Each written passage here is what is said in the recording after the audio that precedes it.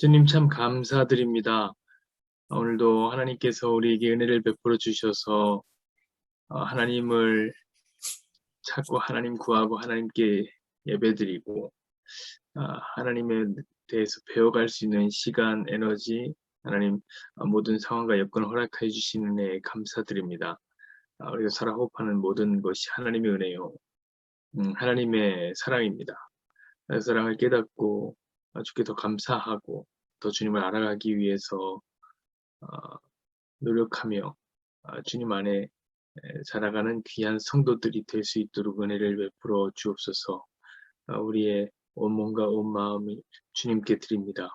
주님이 기쁘게 받아 주옵소서. 예수님의 이름으로 기도합니다. 아멘. 네. 오늘은 굳이 이렇게 뭐 쓸 게 없어요. 쓸 게 없고 그냥 쭉 이야기를 이제 할 건데 몇 가지 제가 화면만 보여드리도록 하겠습니다. 지난주까지 이제 우리는 로마의 이야기까지 다 했습니다. 우리가 한번 배운 내용을 잠시 한번 봅시다. 한번 보자고요. 제가 이렇게 정리를 한번 해봤는데 보이십니까? 네, 이제 아수르부터 우리가 시작을 해서 그렇죠? 아수르, 바벨론, 페르시아, 헬라 제국, 하스모노 왕조 그리고 로마까지 우리가 이런 이야기를 쭉 했습니다. 그게 이제 지난 5주간의 이야기예요. 어, 많이 왔습니다. 절반 이상 온 것 같습니다. 이런 어떤 이야기의 전체 흐름 속에서 우리는 무엇을 이제 배우게 되는 거냐면 400년 동안의 시간, 물론 이거 아수르, 페르시아 이때까지는 이제 중간기로 치지 않지만 그것까지 쳐서 이제 우리는 중간기의 시간 동안에 세계의 패권이 엄청나게 빠르고 엄청나게 급변하고 있다는 것을 보게 됩니다. 세계 주인이 아수르에서 바벨론, 페르시아, 헬라, 로마 다섯 번이나 변화하는 것을 보게 됩니다. 우리는 이제 중국의 춘추 전국 시대처럼 그 다양한 나라가 등장하고 맹위를 떨치고 또 사라지고 이것을 반복하는 시기가 언제냐면 우리 중간기라고 이야기를 했습니다. 그래서 제가 전에 그런 이야기를 잠깐 했던 기억이 납니다. 중간사는 우리가 암흑기라고 이야기하지만 아무것도 안 해서 암흑기가 아니다라고 얘기했습니다. 인간 역사가 꽃을 피운 시기라라고 말씀을 드렸고 인본주의가 꽃을 피운 시대라고 말씀드렸습니다. 그것이 이제 고대에서 중세로 넘어가는 시기에 이 지중해의 패권을 쥐고 있는 나라들의 힘이란 말이에요, 사실. 철학과 과학, 인문학, 군사력, 모든 것에서 진보를 이루어낸 인간 역사에 빛나는 진보를 이루어낸 시간들입니다. 그러나 그 시간을 성경적으로는 암흑기라고 한다고 했습니다. 성경적으로는 그 시간을 암흑기라 한다. 왜 그렇죠? 원래 하나님이 아니라 인간이 일하기 시작할 때에 하나님의 빛이 가려지기 때문에 그런 거예요. 여러분 원래 그래요. 여러분, 문명이 발전하고 인간의 힘이 성장하면 좋을 것 같지만 사실 그렇잖아요. 그때마다 심판이 동원됐다는 것을 보게 됩니다. 예를 들면은 창세기 때부터 그랬는데 처음에 이제 심판이 이제 뭐 임하게 되는 가인의 이야기를 봐도 가인이 뭐 합니까? 성 쌓고 문명 만들어내요. 가인의 후손들이 엄청난 문명을 만들어낸단 말이에요. 양 키우고 무기 만들고 뭐 음악도 막 만들어내는 가인의 후손들이 그렇습니다. 그들이 그렇게 문명을 만들어내고 힘을 키우자 어떻게 합니까? 하나님 대적하죠. 그리고 이마에 표를 받게 되는 겁니다. 우리 노아 시대 때도 그런 걸 보게 되는데 자기가 원하는 대로 자기 힘을 쫓아서 결혼하고 먹고 마시고 사고 팔고 장가가고 시집가던 이 노아 시대 폭발적인 성장이 있었던 시대라고 말씀드렸죠. 성경학자나 수학자가 그걸 밝혔다고 그랬습니다. 만약에 그런 상태에서 유아 사망률이 없이 노아 시대 때 인구가 폭발적으로 성장했다면 뭐 20억 명까지 성장할 수 있었던 배경이 있었다라고 말씀드렸습니다. 그때 어떤 일이 있습니까? 물심판이 임하는 겁니다. 우리 바벨탑 사건도 다 공부를 했습니다. 하늘 꼭대기까지 쌓아 올리겠다. 하나님과 맘 먹겠다. 라고 생각하고 하늘 꼭대기까지 쌓아 올리는 바벨 토성. 이거는 그냥 단순하게 호기가 아니라고 그랬습니다. 그들에게는 그런 노하우가 있어요. 바벨탑을 쌓아 올릴 노하우가 있었단 말이에요. 쌓아 올리는 중에 어떤 일이 있습니까? 언어를 가르는 심판이 있었다. 음. 여러분, 멸망을 받았던 불 심판을 받았던 소돔과 고모라를 생각해 보시. 이 소돔과 고모라는 엄청나게 발전된 도시였습니다. 이미 그 당시에 동성애가 성행하던, 그럼 동성애까지 갔다는 것은 그 전에 있었던 많은 쾌락들은 이미 거치고 지나갔다는 거예요. 굉장히 발전한 도시 소돔과 고모라가 멸망하는 것들을 우리 보게 됩니다. 자, 이스라엘 왕국이 나중에 분열할 때도 보면 그렇죠. 언제 분열합니까? 가장 번성했던 솔로몬 제국 때 번성해. 이게 이 분열되는. 바벨론의 멸망도 우리가 보면 알겠지만 바벨론의 멸망도 어떤 일이 있습니까? 스스로 높아져서 내가 하나님의 전에 이르겠다라고 말했던 계명성 이 바벨론의 왕이 멸망을 받은 겁니다. 자, 인간은 성장해요. 인간은 성장하고 발전하면서 하나님 안 찾게 됩니다. 하나님 안 찾게 돼. 그게 무엇이냐면 바로 중간기 시대죠. 중간기 시대. 그래서 인간의 역사가 꽃을 피웠지만 어, 하나님께서는 그 시대를 암흑기다라고 이제 말하는 것입니다. 그러나 여러분, 인간이 하나님 안 찾는다고 하나님이 일하지 않는 것은 아니에요. 인간이 하나님을 안 찾는 것뿐이지 하나님은 일하신단 말이에요. 대신에 하나님은 어떻게 일하시냐면 조용하게 일하신다. 어떤 일을 하시느냐? 구속사를 완성시키는 일을 하신다. 그럼 구속사라는 게 뭡니까? 택한 자기 백성을 구원하는 일, 그게 구속사입니다. 그 일을 하시는데 어떻게 하시냐? 조용히 하고 계셔요. 자, 마치 어떤 사람들이 보기엔 중간기 아무것도 일어나지 않는 것처럼 하나님이 죽었다 말하는 사람도 있고, 하나님이 쉰다라고 말하는 사람도 있고, 하나님이 침묵한다라는 말을 할 정도의 방식으로 하나님 일하신다. 그게 중간기의 특징입니다. 그리고 그것이 사실 하나님의 일하심의 특성입니다. 하나님은 그렇게 일하세요. 조용하게 일하세요. 왜? 그래야 택함 받은 자기 백성만 구원을 하기 때문에 그런 것이죠. 여러분 한번 생각해 보세요. 하나님이 드러내고 일하면 어떻게 됩니까? 드러내고 일하면 다 믿어, 다. 생각해 보세요, 여러분. 하나님은 모든 사람을 구원하는 거 그렇게 원하지 않으세요. 그럼 이것은 우리가 조금만 생각해 보면 아는 거예요. 만약에 그걸 원하셨다면 생각해 보세요. 모든 사람이 구원을 받는 걸 하나님 원하셨다면 지금 당장이라도 여러분 하나님이 천사 3명만 내려보내면 된다. 천사 3명 내려보낸 다음에 하늘에서 내려오는 거 MBC YTN에서 찍어갖고 얘기하면 날 믿어라 하면 다 믿는 거예요. 다 믿는 거. 믿게 됩니다. 나 안 믿으면 너 다 죽는다 그럼 믿을 거예요. 그러나 여러분 그것은 믿음의 방식이 아니죠. 그렇죠? 그것은 인식의 방식이에요. 눈으로 보고 따라가는 거죠. 자, 하나님 나라는 믿음으로 들어간다. 인식으로 들어가는 게 아니라. 오늘 우리가 그 미호도 다시 한번 성경 읽기 해서 어떤 사람 내 양은 내 음성을 들으며 이거 고백했단 말이에요. 내 양은 내 음성을 들으며. 자, 택한 백성들은 그렇게 자신을 드러내지 않아도 하나님을 알게 된다. 하나님 압니다. 하나님 음성 듣는다고.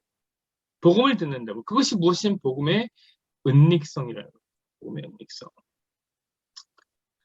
여러분 그 복음의 은닉성 때문에 복음 전파는 어떻게 하냐면 미련한 것을 통해서 합니다. 우리 고린도전서 1장 21절 한번 볼까요? 고린도전서 1장 21절 제가 읽어놨네요. 고린도전서 1장 21절 말씀 제가 읽어드릴게요. 하나님의 지혜에 있어서는 이 세상이 자기 지혜로 하나님을 알지 못하므로 하나님께서 전도에 미련한 것으로 믿는 자들을 구원하시기를 기뻐하셨도다. 그렇죠? 하나님은 전도를 통해서 하나님을 드러내시는데 그 일을 뭐라고 표현하는 줄 아세요? 미련한 일이라고 얘기해요. 미련한 거. 왜 이게 되게 미련하거든요. 아까 말씀드렸잖아요. 진짜 온 세상이 복음을 듣기를 원한다면 하나님이 진짜 눈에 보이는 천사 3명만 보내면 되는 거예요. 1명만 보내도 됩니다. 근데 그런 거 안 하시잖아요. 미련하게 복음 전하는 거예요. 예수 믿어라, 예수 믿어라, 복음 전하는 거예요. 그런데 그것을 듣고 돌아오는 사람들이 있다는 거예요. 이 미련한 주의 종이 복음을 전하고 성경 공부하는 것들 통해서 하나님 만나는 사람이 있다는 거예요. 들리는 거죠. 내 음성을 들으면. 이게 하나님 계획한 겁니다. 그러니까 여러분, 사실 드러내는 방식으로서 전도를 하고 복음을 전하는 건 일단 이상하다고 생각하시면 됩니다. 여러분, 원래 복음은 전도라는 미련하고 느린 방식으로 천천히 가는 거예요. 천천히 가는 거예요. 우리는 여러분 초대교회 역사를 보면서 전도가 매우 빠르게 됐다고 생각하는데 여러분 그렇지가 않아요. 여러분 생각해 보세요. 핍박 있는데 어떻게 빨리 복음이 전해집니까? 배교자도 정말 많았어요. 초대교회 때. 배교자 진짜 많았어요. 근데 어떻게 복음이 전해집니까? 어? 복음이 어떻게 전해지는? 전도를 통해서 전해지는데 나중에 그것이 천천히 전해지다가 AD 313년 이 밀라노 칙령에 의해서 이제 콘스탄티누스라는 황제가 로마의 국교로 기독교를 삼는데 사람들이 어떻게 그것까지 갔느냐라는 얘기에 학자들이 뭐라고 하냐면 우리 이미 얘기한 사람도 있지만 담벼락이 낮기 때문에 그렇게 얘기합니다. 담벼락이 낮기 때문에 복음이 전해졌다. 이 말은 뭐냐면 그 당시 사람들은 뭐 담을 높게 칠 게 없죠. 그래서 사람 굉장히 많이 사는데 로마에도 그 사람들이 다 낮은 담벼락 세워서 남들이 어떻게 사는지 지켜봤던 거예요.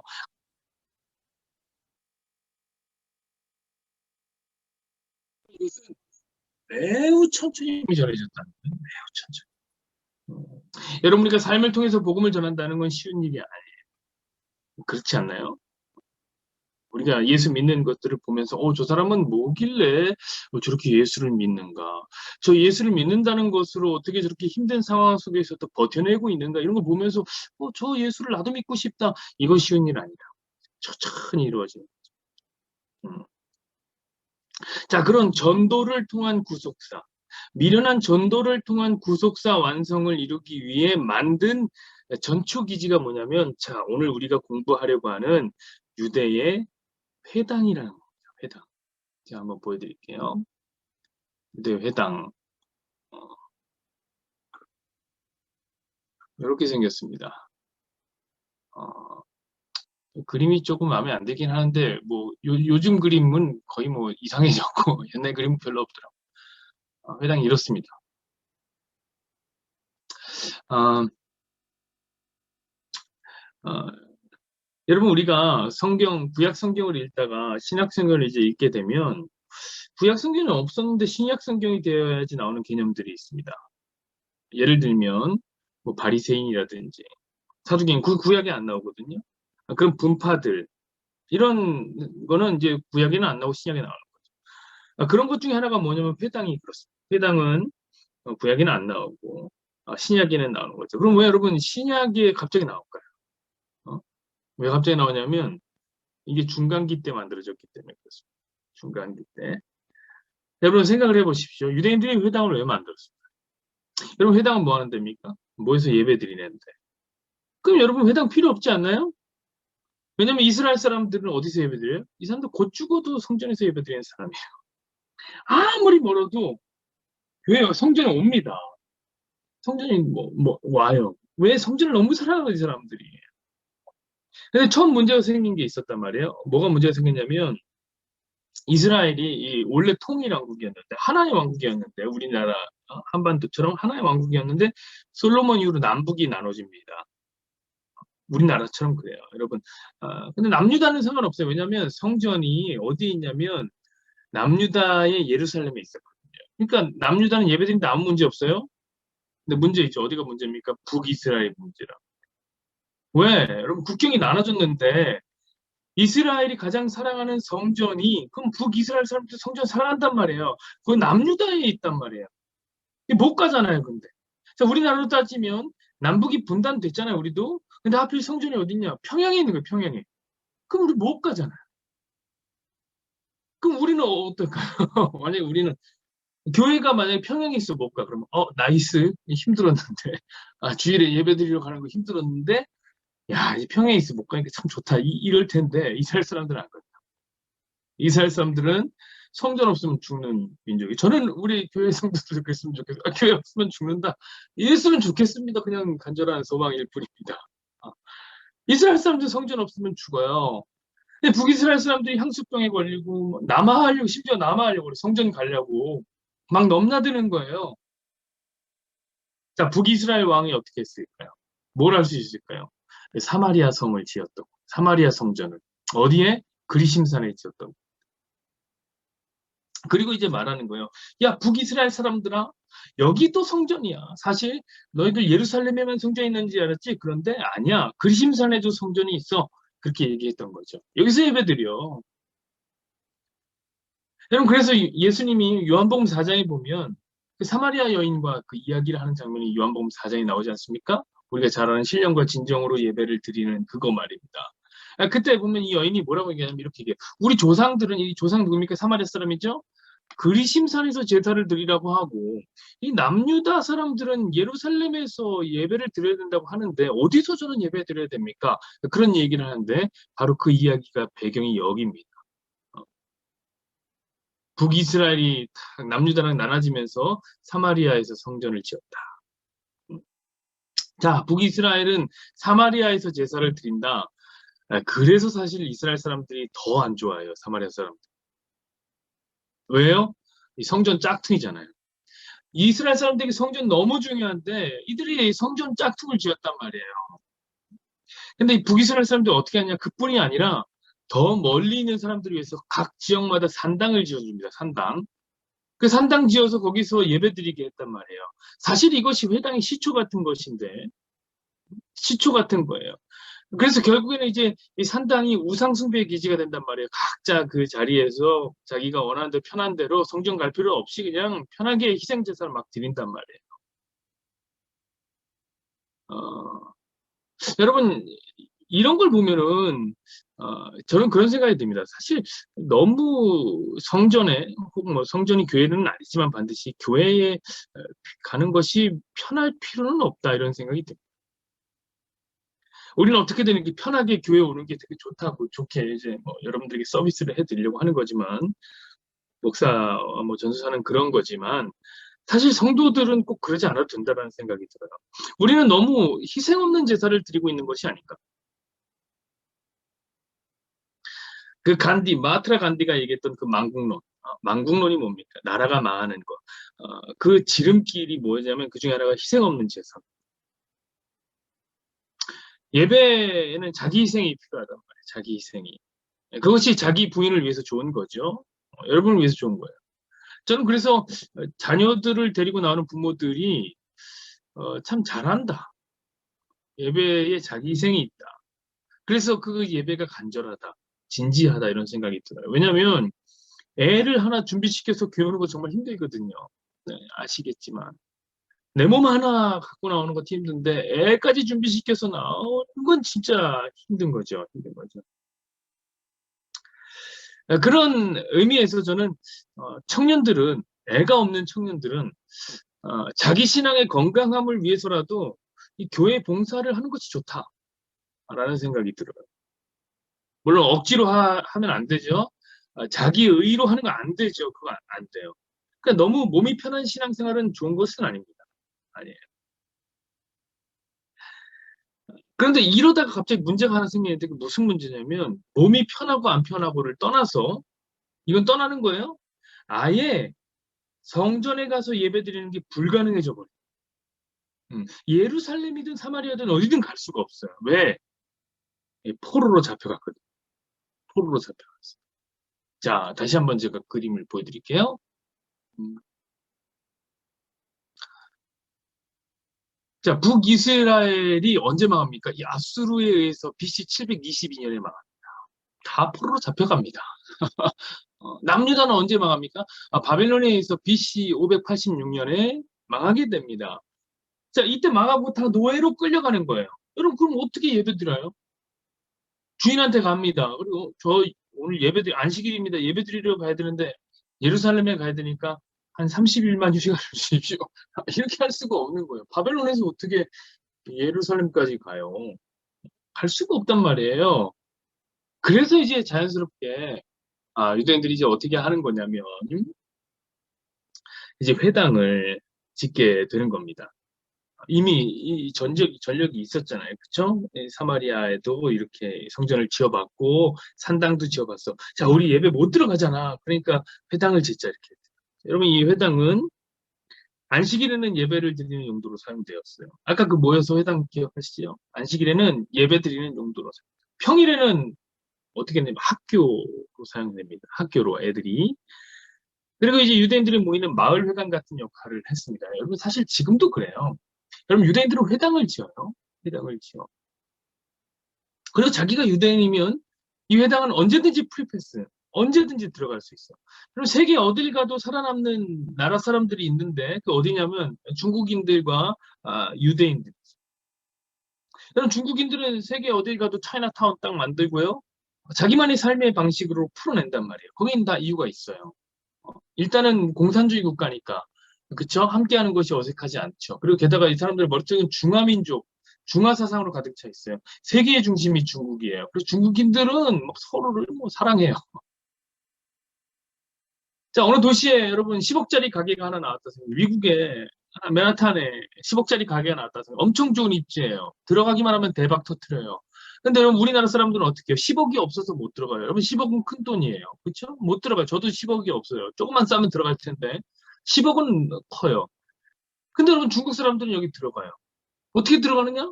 돈이 많아서? 물론 그럴 수 있습니다. 중국 사람 돈이 많지만 여러분 중국 사람들은 어떻게 들어가냐면 1,000만 원씩 100명이 투자해서 들어가요. 사람도 많잖아요. 그럴 수 있는 민족이에요. 그러니까 어디 가도 살아남는 거죠. 자, 그런 식으로 이스라엘 사람들도 그래요. 10명이 모이잖아요, 이 사람들. 성인 남자, 유대인 남자가 10명 모이면 회당 지어. 그리고 거기는 유대인이면 다 들어. 유대인들이 어느 지역에 가게 됩니다. 디아스포라, 떠돌이 생활하면서 어느 지역에 가게 됩니다. 거기 말도 안 통하죠. 돈도 없습니다. 자, 그러면 우리나라 사람들 같으면 어떡할까요? 굶어요, 일단. 노숙하기 시작하는 거예요. 근데 그럼 유대인들은 어떻게 하면 회당 찾으면 돼요, 회당. 그럼 거기서 먹여주고 재워줘. 당연히 생존 경쟁에서 앞서게 되는 거죠. 자, 그런데 이 회당이 언제 생겼냐? 망해서 생긴 거예요, 망해서. 어, 어.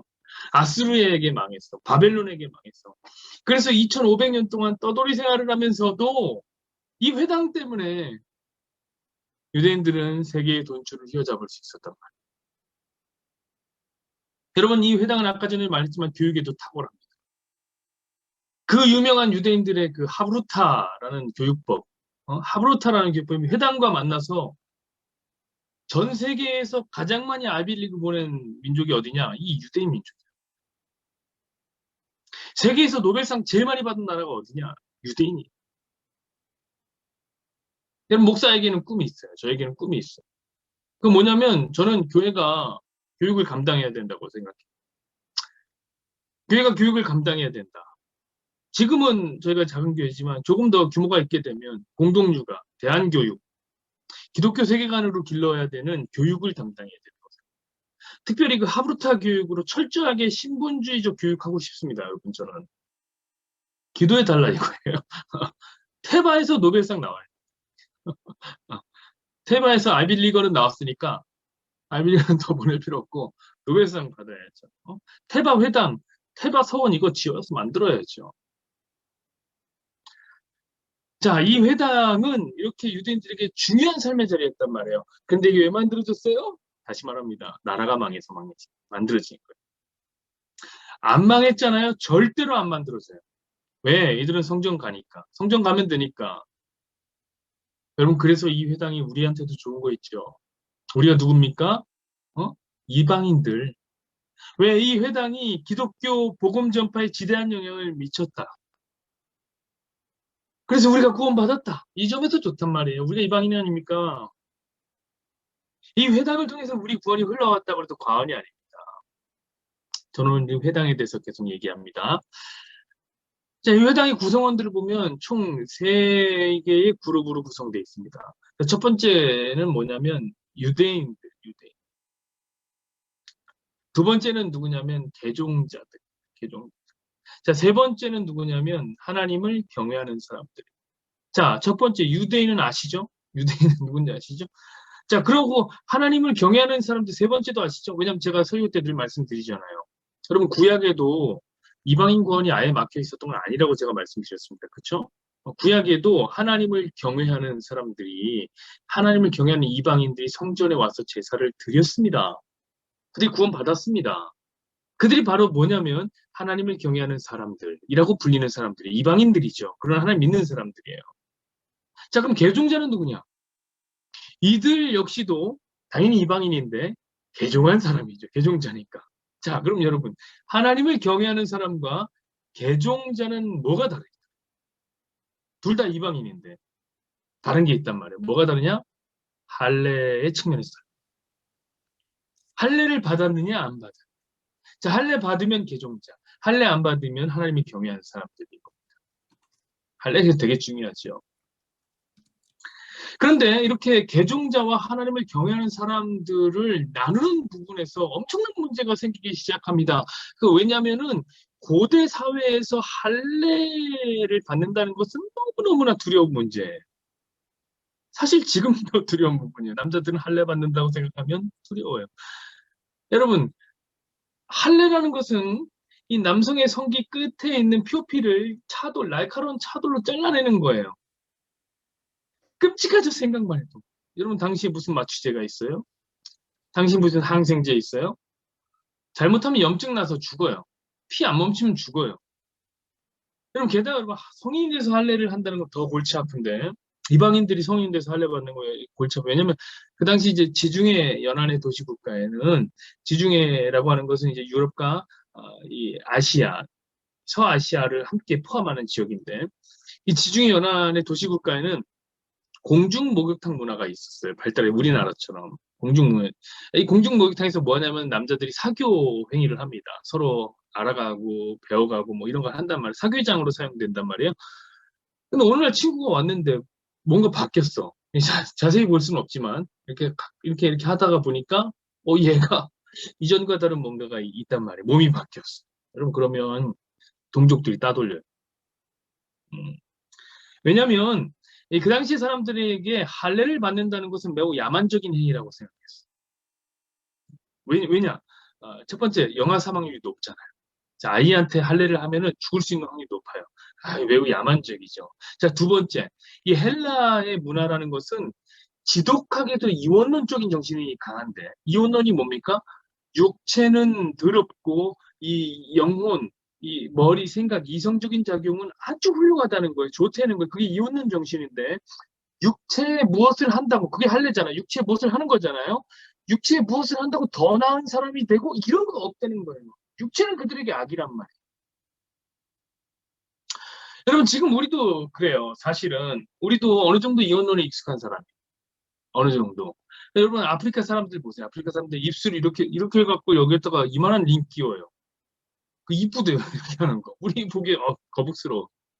목에 막 이런 거 링 끼워갖고 뭐 목이 기린만해지고. 이거 되게 부담스러워요.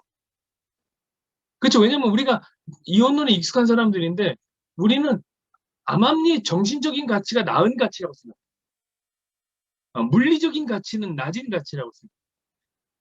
몸에 막 타투 그리는 거 안 이뻐. 글을 읽어서 머리가 아름답고 이건 훨씬 나은 사람. 당시에도 그랬단 말이에요.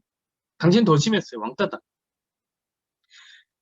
그러니까 이 할례 예로 매우 재밌는 예화가 하나 있는데 그래서 유대인의 역사책에 보면 드루실라라는 여인이 나오는데 드루실라. 이 여인은 과부인데요. 돈이 많고 아름다워. 돈이 많고 아름답다. 그래서 문 남자들의 대시를 받아요. 유대인뿐만 아니라 이방인 남자들이 그 대시를 받아요. 근데 이 여자는 독실한 유대인이에요. 어떻게 하느냐? 나와 결혼하려면 너는 할례를 받아야 된다. 라고 하자 어떻게 됐냐면 다 떠났다는 거예요. 남자들이 용기가 없어요. 할례 받을 용기가 없어요. 아름다운 여자, 정복하고 싶은 여자가 앞에 있지만 할례는 못 받겠다 이거죠. 그만큼 할례가 어렵고 고통스러운 일이었다. 그런데 이놈 할례를 받으려니 죽겠고 안 받으려고 해도 살 수가 없고 자꾸 괴롭힌단 말이에요. 회당에 갑니다. 자, 하나님을 경외하는 사람들이 회당에 가요. 그럼 아까 전에 그 봤죠? 그 그림 봤죠? 회당을 가면 가운데 부분이 있고 주변 부분이 있어요. 근데 이 가운데 부분에 누가 앉냐면 유대인들이 앉아요. 당연하겠죠? 유대인들이 앉아요. 선민 세상으로 똘똘 뭉친 유대인들이 앉아요. 그뿐만 아니라 할례한 개종자들도 이 가운데 앉아요. 개종자들이랑 유대인이 가운데서 예배를 드립니다. 그리고 가장자리에는 주변부에는 할례를 받지 않은 하나님을 경외하는 사람들이 앉아있어요. 동그랗게. 그러니까 가운데에 앉지도 못해요. 자, 하나님을 알아요? 하나님 믿어요? 하나님 경외하기 때문에 왔어요? 근데 늘 주변 자리에만 앉아있어요. 이거 참 슬픈 일이죠. 근데 더 슬픈 일은 무엇이냐면 이 회당에서는 랍비들에 의해서 설교를 듣게 되는데 랍비들이 설교를 한단 말이야. 목사들이 설교하는 것처럼. 근데 이 랍비들은 대개 누구냐? 다 할례를 받은 유대인들이고 바리새주의의 보수주의자들이란 말이에요. 그러니까 뭐라고 하냐면 자꾸 할례를 받으라는 거예요. 할례를 받아라. 할례 안 받으면 하나님 백성에서 끊어진다. 자꾸 랍비들이 그러는 거예요. 근데 할례 안 받은 사람이 이미 다 주변부에 앉아 있잖아요. 다 눈이 다 그 사람들에게 가는 거예요. 할례 안 받으면 하나님 백성에서 끊어진다. 미친 노릇입니다. 너무너무 할례 받는 게 두려운데 받으면 죽을 수도 있는데 근데 자꾸 받으려는 거예요. 여러분 우리로 따지면 이런 겁니다. 우리가 하나님 너무 사랑해서 교회에 오잖아요. 우리 하나님 사랑하기 때문에 그쵸? 오늘 말씀도 듣잖아요. 우리가 교회에 갔는데 목사가 안 목사가 그러는 거예요. 여러분 신장 하나를 떼어내지 않으면 구원을 못 받습니다. 신장 두 개를 갖고서는 천국에 못 들어갑니다. 예로부터 우리 조상들은 신장 두 개를 가지고서 하나님 나라 갈 수 없습니다. 그리고 병원 막 소개해줘요. 그럼 여러분 어떻게 생각? 몇 명이나 교회 남아 있겠습니까? 그쵸? 근데 사실 우리가 신장 수술 받는 것보다 그 당시 할례를 받는 게 더 위험한 일이었거든요. 자, 그럼에도 불구하고 하나님을 경외하는 사람들은 진짜 대단합니다. 꿋꿋하게 회당에 나가요. 나가기는 해요. 할례는 안 받지만. 대단한 사람들이죠. 자, 그런데 이 회당에 기쁜 소식이 전해지기 시작합니다. 매우 기쁜 소식이 전해지는데 그건 뭐냐면 예수 복음이 전해집니다. 예수라는 분이 계신데 하나님의 아들이네. 그 아들을 믿기만 하면 구원받는데 이거죠. 그 예수가 온 땅의 주인이래. 온 세상이 예수를 중심으로 돌아간대. 사실 이스라엘이 생명을 거두고 지키고 있는 율법도 그림자래. 실체는 예수래. 그러므로 예수를 믿으면 육체 할례 안 받아도 된대. 이제 난리 난 거예요. 왜냐면 여러분 생각해보세요. 할례는 죽고 사는 의식이란 말이에요. 할례를 받음으로써 옛사람 죽고 새사람 사는 의식이에요. 근데 예수 믿는 것 자체가 그래요. 이 고대 사회에서는 죽고 사는 마음의 할례를 이미 받아버린 거란 말이에요. 고대 사회에서 예수 믿는 죽어야 핍박이 심했단 말이에요. 그래서 할례를 안 받아도 된다는 복음이 전해지기 시작한 겁니다. 그러자 이 하나님을 경외하는 이방인들의 얼굴에 화색이 돌기 시작해. 그런데 여러분 생각하세요. 하나님을 경외하는 자들 누구라고? 이방인들. 그래서 여러분 여기서부터 이방인 구원의 물꼬가 트이기 시작한 거예요. 이 할례 문제 때문에. 여러분 이방인 선교하면 누가 대표 주자입니까? 우리는 잘 알고 있습니다. 바울. 사도 바울이구나. 이방인의 사도 바울 잘 알고 있습니다. 여러분 왜 바울이 이방인의 사도가 됐는 줄 알아요? 여러분 이방인을 위해서 처음부터 바울이 노력한 게 아니에요. 여러분 바울이 이 회당이라는 곳에서 설교를 하기 시작하는데 여러분 회당에서 누가 원래 설교한다고 했습니까? 랍비가 설교한다고 그랬죠. 랍비가. 근데 여러분 이 회당에는 하나의 오래된 관습이 하나 있는데 그것은 무엇이냐면 여행을 다니는 랍비가 회당에 오잖아요. 그러면 설교를 부탁하는 거예요. 설교를 권하는 거예요. 우리를 위해 설교해 줄 수 있겠습니까? 이런 관습이 있어요. 이런 관습이. 우리도 사실 그렇잖아요. 선교사님이 들어오면은 교회에서 설교를 부탁하죠. 설교를 해주십시오. 이렇게 하는 거랑 같은 거라고 생각하시면 됩니다. 그런데 그 관습을 누가 제일 잘 사용하셨냐? 예수님이 잘 사용하셨어요. 그래 여러분 복음서 기사를 보면요. 예수님 회당에서 많이 설교를 하시고 복음 전한단 말이에요. 왜 그러냐면 이런 관습이 있기 때문에 회당의 관습. 그리고 이 관습을 잘 사용한 사람이 누구냐면 바로 바울이라는 사람입니다. 바울. 여러분 바울이 어떤 사람입니까? 바울은 바리새인이에요. 바리새인. 그렇죠? 바리새인이고 가말리엘 스쿨의 대단한 학자였단 말이에요. 여러분 이 당대에는 대단한 랍비였던 거예요. 이 바울이. 그러니까 바울이 회당에 뜬다 그럼 난리가 나는 거죠. 오 이렇게 귀하신 분이 우리같이 누추한 회당에 오셨네요. 그러면서 이제 막 강단 내고 여기 와서 설교 한번 해주십시오. 근데 막 바울은 당당하게 회당에 올라가서 거기서 뭐 하냐? 예수 복음을 전합니다. 누구에게? 유대인들. 사실 유대인들에게 전했던 거죠. 회당은 유대인들의 것이 아닙니까? 근데 따지고 보니까 유대인들은 예수 복음을 안 들어요. 귀가 닫혀 있어. 안 들어. 남의 말은 안 듣기로 작정해서 사람들은. 왜? 그들이 생명처럼 지키고 있는 율법 그림자라고 하잖아요. 예수 복음이. 예수가 진짜라고 하잖아요. 그러니까 싫은 거야, 유대인들은. 예수를 믿으면 구원을 얻는다고 하니까 유대인들 너무 싫어요. 율법을 지켜야지 구원을 받는데 예수 믿어야지 구원 너무 싫어요. 근데 그렇게 복음을 전는데 희한하게 옆에 있는 이방인들의 귀는 이만해진다. 아니 뭐야? 율법을 안 지켜도 구원을 받아? 그러면서 뒤에 와서 묻는 거죠. 똑똑똑. 아, 선생님, 바울 선생님, 율법을 안 지켜도 구원을 받을 수 있다고 하시는데, 그럼 혹시 이거 제가 꼭 그러려고 하는 건 아니지만, 혹시 할례를 받지 않아도 구원을 받을 수 있지 않을까요? 이렇게 물어보는 거예요. 어? 바울이 얘기하는 거죠. 당연하죠. 당연하죠. 예수가 길이요, 진리요, 생명입니다. 그분을 믿으면 구원 받습니다. 이방인들이 폭발적인 반응이 일어나. 자, 바울이 이것을 보고 어떻게 했을까요? 회당을 더 찾는 거예요. 회당을 더 찾. 그럼 복음 천하게 전할 수 있잖아요. 그렇죠? 막 전할 수 있단 말이에요. 그러면 회당에 출석하던 이방인들이 구원을 받고 복음을 받아들입니다. 그럼 자연스럽게 어떻게 될까요? 이방인 공동체에도 복음이 전해집니다. 이방인 공동체에도 매우 자연스럽게 바울이 이방인의 사도가 된 겁니다.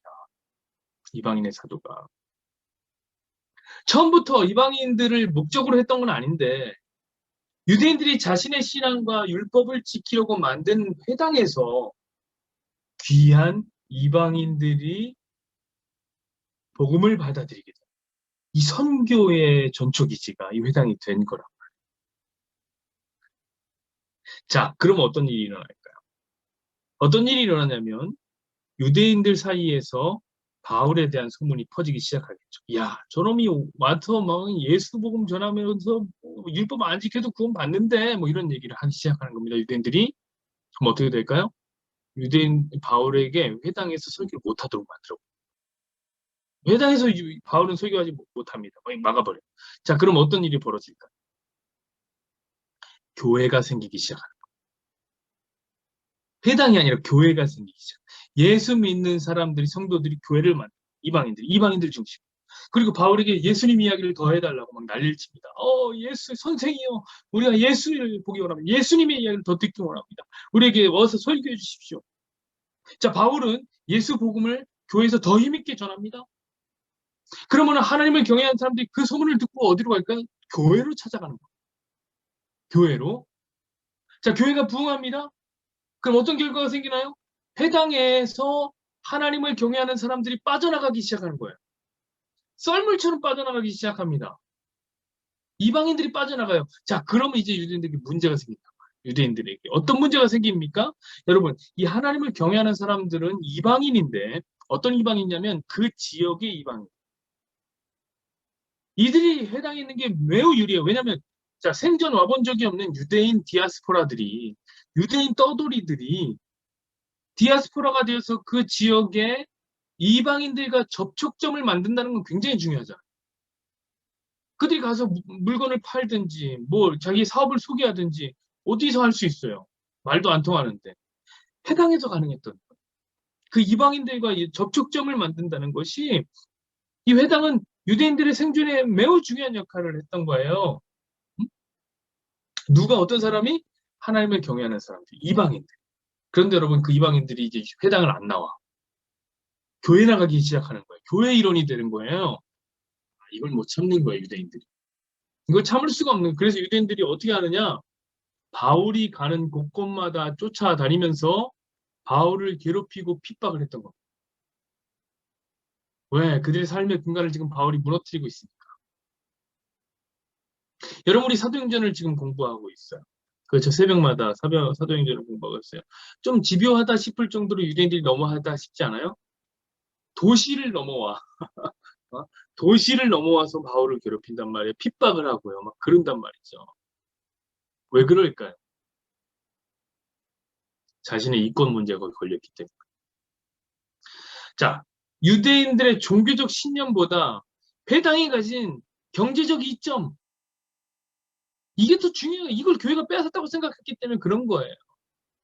전 이런 거 보면 하나님 참 멋있는 거 있잖아요. 그거 아세요, 여러분? 여러분, 이 회당이 얼마나 많은 것을 드러내고 있습니까? 오늘 제가 말씀드렸다시피, 나라가 많은 아픔 속에서 회당을 하나님 만드시고, 복음의 도구로 사용하시는 걸. 여러분, 이 말은 뭐냐면, 하나님 실패도 사용하시는 거예요. 한 사람의 실패, 한 나라의 실패, 하나님 실패도 사용하셔서 하나님의 것들을 만들어 하나님 나라를 확장시켜 가시고 예수 복음을 전하시는 거예요. 자, 그뿐입니까? 여러분, 유대인들은 자기의 종교적 열심 때문에, 그래서 내가 하나님 잘 믿는다는 신념 때문에 예루살렘에 갈 수는 없지만 회당에서 우리가 하나님을 배우고 교육하고 하나님께 예배드린다고 생각해서 회당을 만들었지만, 사실 하나님은 그 유대인들의 속사람을 드러내고 계세요. 그 사람이 얼마나 하나님이 아니라 돈을 사랑하고 섬기고 있는지, 자신들의 이권을 더 중요하게 생각하는지, 그걸 드러내신다. 여러분, 바로 하나님이 하신 일이 이런 거라고. 이게 하나님이 일하시는 방식이에요. 회당을 통해 일하시는 방식이죠. 하나님은 드러내놓고 안 합니다. 광명한 천사처럼 막 드러내셔서 내가 너희를 다 구원한다, 이런 거 안 하십니다. 그럼 믿음의 방식이 아니란 말이에요. 여러분, 우리가 중간사가 어두워 보이지만, 중간사가 하나님 일하지 않는 것 같이 보이지만, 하나님 일하시고 있는데 어떻게 일하시냐? 회당의 방식으로, 감추어진 비대 방식으로 회당 안에서 하나님 일하시고 계셨던 거예요. 여러분, 같은 원리입니다. 하나님은 오늘도 우리 가운데 역사하고 계시는데 어떻게 역사하시는? 드러내놓고 막 아무리 병 고치고 3천 명, 5천 명씩 막 예수 믿게 하고 그런 거 하시느냐? 그런 거 안 하시죠. 하나님 그런 거 왜 하십니까? 그런 걸 하시려고 마음 먹으셨다면 더 놀랍게 하셨을 겁니다. 그런 거 안 하십니다. 하나님 감추어진 식으로 우리 가운데 역사하세요. 그러나 너무나 분명하게 당신의 구속사를 우리 가운데서 이루어가고 계신단 말이에요. 여러분, 그러니까 우리가 계속 중간사를 통해서 얘기하는 것처럼 하나님이 침묵하고 계시는 것 같을 때라도, 여러분, 하나님이 일하고 있구나. 하나님이 이런 방식으로, 해당의 방식으로 우리 가운데 일하고 계시구나. 그걸 믿으면 되는 거예요. 그리고 우리에게 주어진 회당이라는 공간 속에서 복음 전하고 예수 이름을 드러내다 보면은 하나님이 다시 우리를 부르실 날이 있겠죠. 그리고 주님께로 돌아가면 다 알게 돼요. 그때 영망적으로 다 알게 됩니다. 영망적인 주권이 하나님이, 하나님 그때 그런 일들을 펼쳐내신 것이 다 우리를 위하신 일이었군요. 하나님의 놀라운 계획이었군요.